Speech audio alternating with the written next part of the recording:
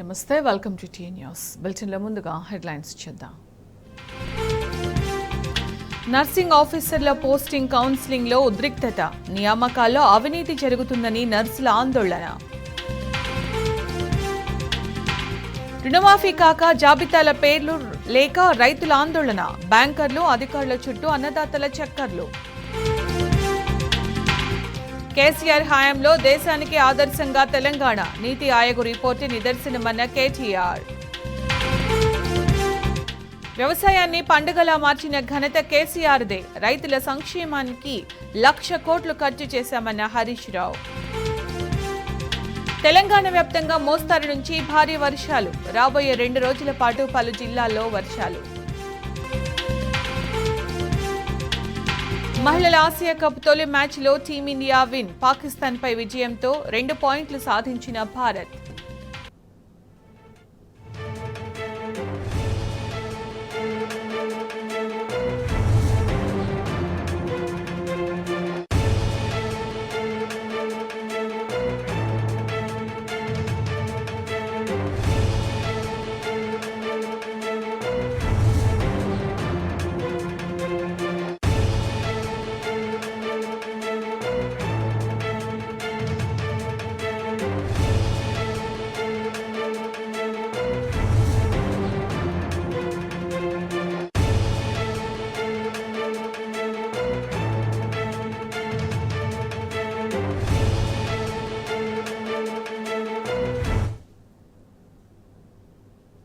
Hyderabad కోటిలోని Osmania medical కళాశాల నర్సులు ఆందోళనకు దిగారు.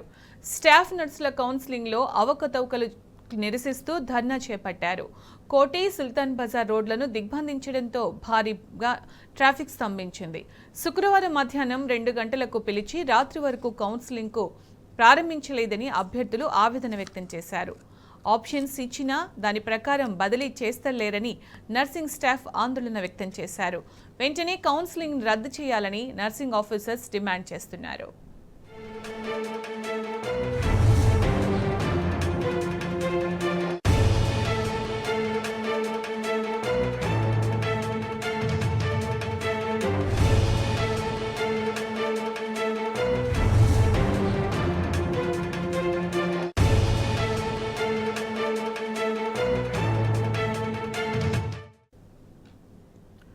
నర్సింగ్ ఆఫీసర్, సీనియర్ నర్సింగ్ ఆఫీసర్ల పోస్టింగ్ కౌన్సిలింగ్లో పోస్టింగ్ నియామకాల్లో భారీగా అవకతవకలు జరిగాయని స్టాఫ్ నర్సులు ఆందోళన వ్యక్తం చేస్తున్నారు.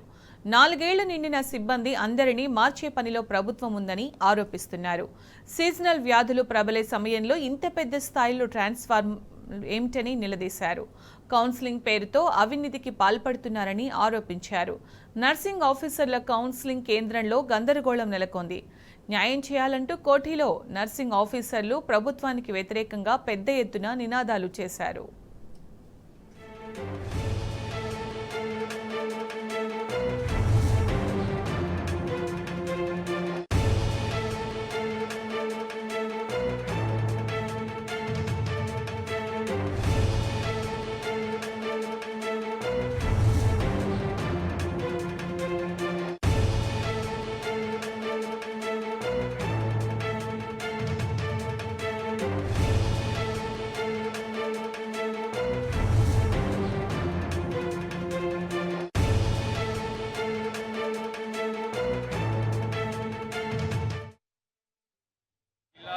మెడికల్ డిపార్ట్మెంట్లో ఉన్న స్టాఫ్ నర్సులు, సిటీలో ఉన్న స్టాఫ్ నర్సులు గత 20-25 సంవత్సరాల నుంచి సిటీలో ఉన్న వాళ్ళు సిటీలో ఉంటారు, పిఎస్సీలో ఉన్నారు పిఎస్సీలో ఉంటారు.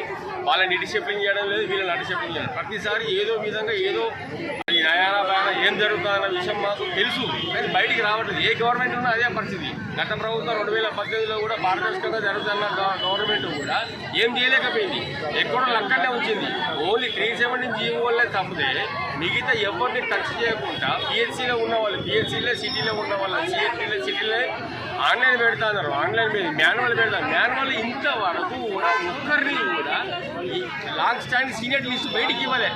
సిటీకి రావడానికి యాజ్ ప్రమోషన్స్ ఇచ్చినప్పుడు నీకు మెనీ వేకెన్సీస్ వస్తాయి. So according to the seniority list వాళ్ళకి ఇవ్వమనండి. మేము వద్దనట్లేదు, మేము కూడా రెడీగా ఉన్నాం లేవడానికి, కానీ ట్రాన్స్పరెన్సీ లిస్ట్ మాకు కావాలి. ఇంకొకటి పొద్దున ఎన్ని గంటలకు చేసి రావాలి, ఎవరు నైట్ అంతా మేము మార్నింగ్ 9 o'clock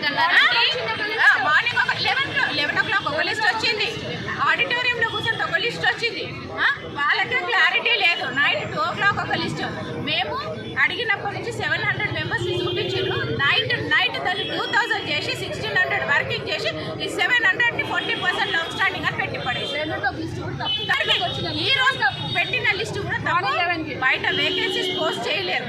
ఎక్కడ వేకెన్సీస్ ఉన్నాయని చూసుకోవడానికి ఛాన్స్ లేదు. ఎంతమంది లేస్తారనేది కూడా క్లారిటీ లేదు. అసలు సీనియారిటీ లిస్ట్ ఈ రోజుకి కూడా మాది కరెక్ట్ లేదు. సీనియర్ ఆప్షన్స్ అడిగారండి. ఆప్షన్స్ అంటే ఇచ్చాము. ఈరోజు కౌన్సిలింగ్ అని పిలిచారు. వచ్చేలోపు లిస్టులన్నీ మారిపోతున్నాయి. ఆ లిస్టులో సీనియారిటీ లిస్ట్ అని చెప్తున్నారు. ఒకరోజు పేరు ఉంటుంది, గంటకే పేరు తీసేస్తున్నారు. మరి వాళ్ళకి ఇష్టమైన చోట్ల పోస్టులు ఇస్తున్నారు. మాకు ఎలాంటి రికమెండేషన్ లేదు, మేము ఎలాంటి డబ్బులు పెట్టలేదు. కాబట్టి మమ్మల్ని తీసుకెళ్ళి ఊరు బయట ఎక్కడో మాకు 317 లేదా మాకు ఒక స్థానికత లేదంట. మాకు వాళ్ళకి ఇష్టం వచ్చిన చోట్ల మమ్మల్ని దూరం పడేస్తారంట. కాదు, హైదరాబాద్ ప్రాబ్లమ్సే కాకుండా జిల్లాలలో ఉన్న వాళ్ళ గురించి, ప్రతి జోన్ గురించి మాట్లాడాలంటే చాలా బేసికల్ ప్రాబ్లమ్స్ ఏంటంటే ఇంటీరియర్గా వర్క్ చేసిన వాళ్ళు ఇంటీరియర్లోనే ఉండిపోతున్నారు. వాటికి గవర్నమెంట్ ఒక గైడ్ లైన్స్ తయారు చేయట్లేదు. ఒక 10 సంవత్సరాలు ఇంటీరియర్ చేసిన వాళ్ళకి ప్రిఫరెన్స్ ఉంటుంది. వాళ్ళు హెడ్ క్వార్టర్స్కి దగ్గరలో తీసుకోవచ్చు. వాళ్ళకు ప్రియారిటీ ఉంటుంది అనేది లేదు. 5-8 గంటలు ఆగండి, లిస్ట్ వస్తుంది, ఆగండి. ఇప్పటిదాకా ఏం చేశారు? లిస్ట్ ఇప్పటి వరకు 8 గంటలు వెయిట్ చేసినా కూడా ఇంకా లిస్ట్ వస్తుంది. ఇప్పుడు 12 గంటలు అన్ని జిల్లాలో ఉన్న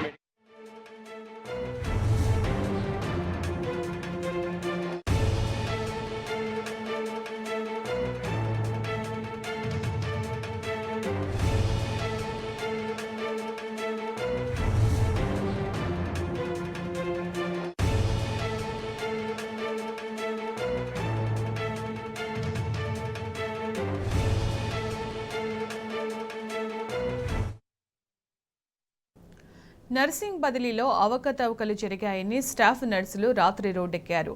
కోటిలోని ఉస్మానియా మెడికల్ కాలేజీలో రాస్తారోకో నిర్వహించారు. కోటి ప్రాంతంలో పెద్ద ఎత్తున ట్రాఫిక్ స్తంభించిపోయింది. లాంగ్ల స్టాండింగ్ జాబితా నుంచి కొందరి పేర్లు మాయమయ్యాయని, పెద్ద ఎత్తున ఇందులో అవినీతి జరిగిందని నర్సింగ్ ఆఫీసర్లు ఆరోపిస్తున్నారు.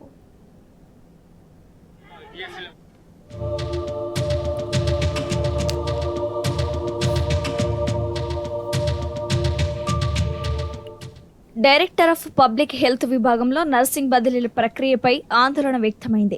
కౌన్సిలింగ్లో అక్రమాలు జరగాయంటూ వందల మంది నర్సులు శుక్రవారం రాత్రి కోటిలోని ఉస్మానియా మెడికల్ కాలేజీ ముందు రాస్తారోకో నిర్వహించారు. డిపిహెచ్ కార్యాలయం ముట్టడికి ప్రయత్నించగా పోలీసులు అడ్డుకున్నారు. దీంతో రోడ్డుపైనే నిరసన తెలిపారు. హెల్త్ మినిస్టర్ రావాలి, మాకు న్యాయం చేయాలి అంటూ నినాదాలు చేశారు.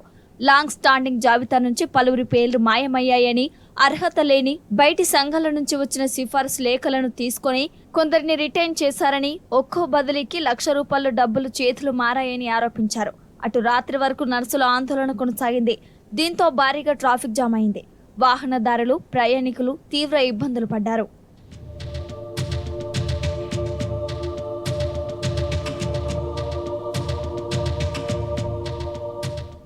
డిపిహెచ్ పరిధిలో స్టాఫ్ నర్సుల బదిలీల కోసం ఉస్మానియా మెడికల్ కాలేజీలో శుక్రవారం కౌన్సిలింగ్ ఏర్పాటు చేశారు. సీనియర్, జూనియర్ నర్సింగ్ ఆఫీసర్లు 2,000 మంది వరకు వచ్చారు.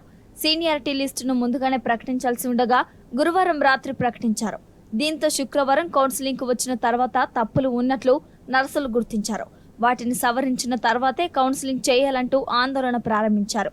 దీంతో కౌన్సిలింగ్ను వాయిదా వేస్తామని, ఆన్లైన్లో నిర్వహిస్తామని అధికారులు ప్రకటించారు.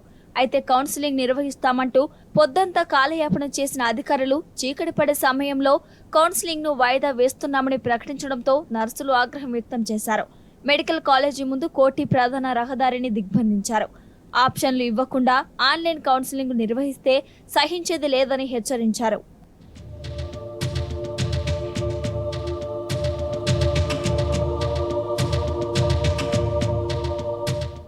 ఆందోళనలను శాంతింపజేయడానికి డిపిహెచ్ రవీంద్రనాయక్ ఉస్మానియా మెడికల్ కాలేజీకి రాగా డిపిహెచ్ఓను గేరావ్ చేసి నిలదీశారు. తమకు న్యాయం చేసే వరకు కౌన్సిలింగ్ నిర్వహించొద్దంటూ వాదించారు.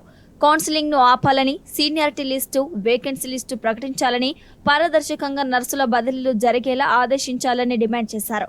దీంతో చేసేదేమీ లేక డిపిహెచ్ఓ రవీంద్ర నాయక్ తిరిగి వెళ్లిపోయారు. మాకు ఇది న్యాయంగా చేస్తాము ట్రాన్స్ఫర్స్ అని మమ్మల్ని పిలిపించారండి ఇక్కడికి. వీడికి వచ్చినాక కొద్దిసేపు అవకతవకలు జరిగినాయి, అయినా మేము సైలెంట్ ఉన్నాము. తర్వాత ఏం చేసిండ్రంటే ఫోకల్ టు ఫోకల్ హైదరాబాద్ వాళ్ళకి ఇవ్వనన్నారు. లోపల హైదరాబాద్ వాళ్ళకు జూనియర్ మోస్ట్ వాళ్ళకు ఫోకల్ టు ఫోకల్ ఇచ్చిండ్రు, సీనియర్స్ వాళ్ళకు మాత్రం పిఎస్సీస్ డిస్ట్రిక్ట్స్ ఇచ్చిండ్రు.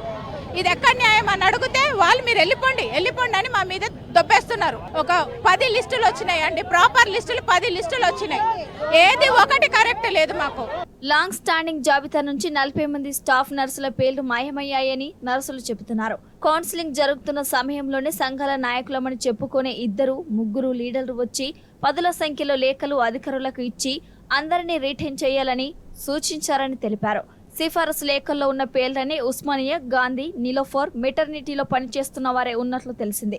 వీరంతా దశాబ్దాలుగా అక్కడే పాతుకుపోయారని ఆరోపణలు ఉన్నాయి. లీడర్లు ఆ లేఖలకు డబ్బులు వసూలు చేశారని వైద్యారోగ్య శాఖలోని ఓ కీలక అధికారికి భారీగా ముట్టజెప్పి లిస్టుల నుంచి తమ పేర్లను తీసేయించుకున్నారని ఆరోపించారు. లిస్టు నుంచి పేర్లు మాయం కావడంపై ఆగ్రహం వ్యక్తం చేస్తూ నిరసన ప్రారంభించారు. సార్ ఎవ్రీ టైమ్ ట్రాన్స్ఫర్స్ చేయడానికి బిఫోర్ ప్రమోషన్స్ ఇస్తారు సార్. ప్రమోషన్స్ ఇచ్చినప్పుడు ఏమైతే క్లియర్ వేకెన్సీస్ వస్తాయి. సో దాన్ని బేస్ చేసుకొని ట్రాన్స్ఫర్స్లో నచ్చిన ప్లేస్కి మేము వెళ్తాం సార్. సో ఇప్పుడు క్లియర్ వేకెన్సీ ఏంటిదో తెలియదు, లాంగ్ స్టాండింగ్ వేకెన్సీలు ఎన్ని ఉన్నాయో తెలియదు సార్. యాజ్ టీస్గా మమ్మల్ని వచ్చి ఇది తీసుకోండి లేదంటే లేదు అని. ఇంకొకటి ఏంటంటే 40% యాజ్ పర్ ద జెన్యూనిటీ ప్రకారం తీయలేదు సార్. ఏ రకంగా తీసిరంటే లోపల లావాదేవీలు ఏం జరిగినాయో మాకు తెలియదు. కాకపోతే వెనక ఉన్న జూనియర్స్ ముందుకు ఎలా వస్తారు, సీనియారిటీలో ఉన్న లిస్టులలో నేమ్స్ ఎట్లా గాయబైతాయి, రాత్రికి రాత్రి ఎట్లా గాయబైతాయి. ఉద్యోగుల సాధారణ బదిలీలను ప్రకటించినప్పటి నుంచి డిపిహెచ్ పరిధిలో సీనియారిటీ జాబితాపై ఆందోళనలు జరుగుతూనే ఉన్నాయి. నర్సుల ఆందోళనలతో 3 సార్లు జాబితాను సవరించారు. పదే సవరించడం, అవకతవకలకు పాల్పడటంపై ఆగ్రహం వ్యక్తమవుతోంది.